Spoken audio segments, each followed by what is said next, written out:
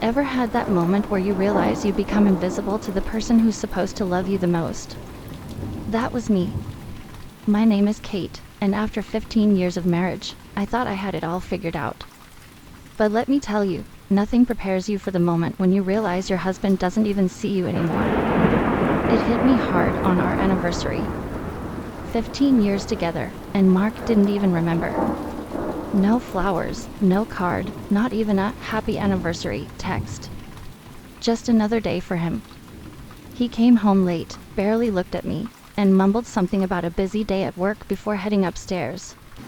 Meanwhile, I sat there staring at the fancy dinner I'd made, candles burning low, wondering when exactly I became invisible. That was the moment I snapped. I grabbed my coat, got in the car, and drove to the first bar I could find. Honestly, I didn't have a plan. I just needed to get out of the house, away from the suffocating silence. The bar was cozy, dimly lit, and exactly what I needed. I ordered a drink and barely had time to take a sip before a man slid onto the stool next to me. "Rough night?" he asked, his voice warm and smooth. I glanced over. He was tall, handsome, with dark hair and piercing blue eyes. The kind of guy who makes you feel like you're the only person in the room. "You could say that," I replied, trying to sound casual. "I'm Ethan," he said, holding out his hand. "Kate." We started talking, and before I knew it, hours had passed. He was charming and attentive in a way that felt foreign to me. Mark hadn't looked at me like that in years. For the first time in a long time, I felt seen. Then the conversation shifted. The air between us grew heavier, more charged. He reached out, brushing a strand of hair from my face. "You deserve to be noticed," he said softly. "To be appreciated." Something inside me broke free. Maybe it was the wine, or maybe it was the loneliness I'd been carrying for too long. I leaned in, and before I could second-guess myself, our lips met. It wasn't just a kiss. It was passion, longing, and freedom all rolled into one. We left the bar together, and that night, I felt more alive than I had in years. The next morning, I woke up in a hotel room. Ethan was gone, but he'd left a note on the pillow. "Thank you for a night I won't forget. E." I smiled to myself, feeling both guilty and exhilarated. But that feeling didn't last long. Reality hit me hard when I got home. Mark was sitting at the kitchen table, sipping his coffee as if nothing had changed. "Morning," he said without looking up from his newspaper. I wanted to scream, to throw the coffee mug at the wall, to tell him everything. But I didn't. I played the part of the perfect wife, just like I always did. Later that day, Mark mentioned he had a new business partner joining his firm. "Ethan Parker," he said. "We're meeting him today. I think you'll like him. Smart guy, good sense of humor." My blood ran cold. Ethan? My Ethan. Was it a coincidence? Did he know who I was? My mind raced with questions. That evening, Mark invited Ethan over for dinner. When the doorbell rang, my heart pounded in my chest.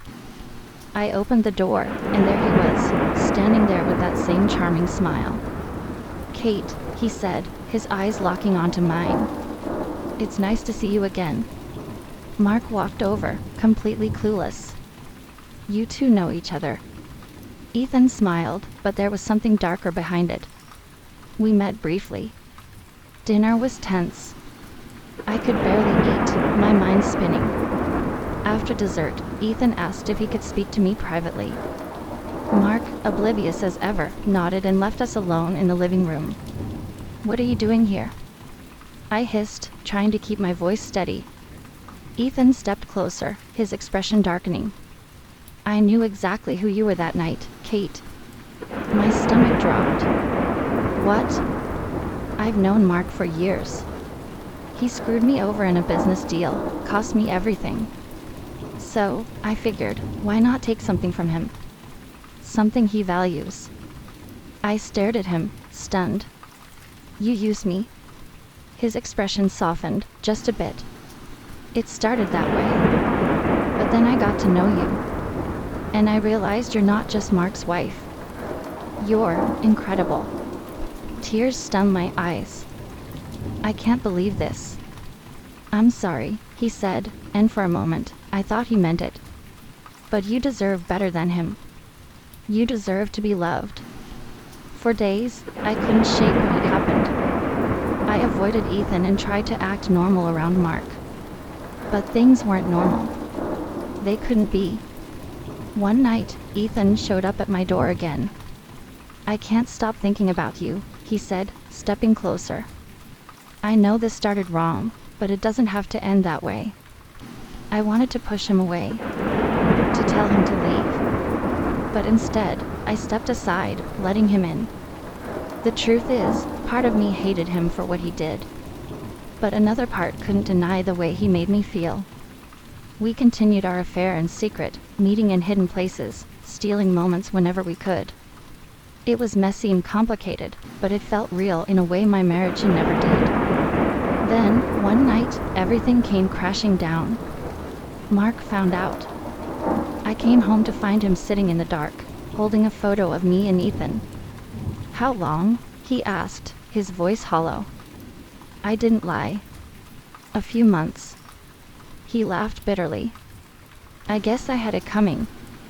There was no screaming, no dramatic confrontation. Just silence. And in that silence, I realized our marriage had been over long before Ethan came into my life. In the end, Mark and I divorced. He kept the house, and I started over.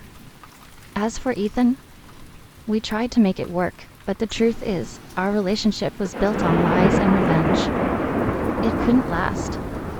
Looking back, I don't regret what happened.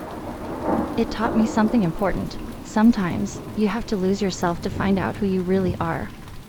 If this story made you feel something, if you've ever felt invisible in your own life, hit that like button and subscribe. There's more to life than what we show the world. And trust me, the twists, they're always around the corner.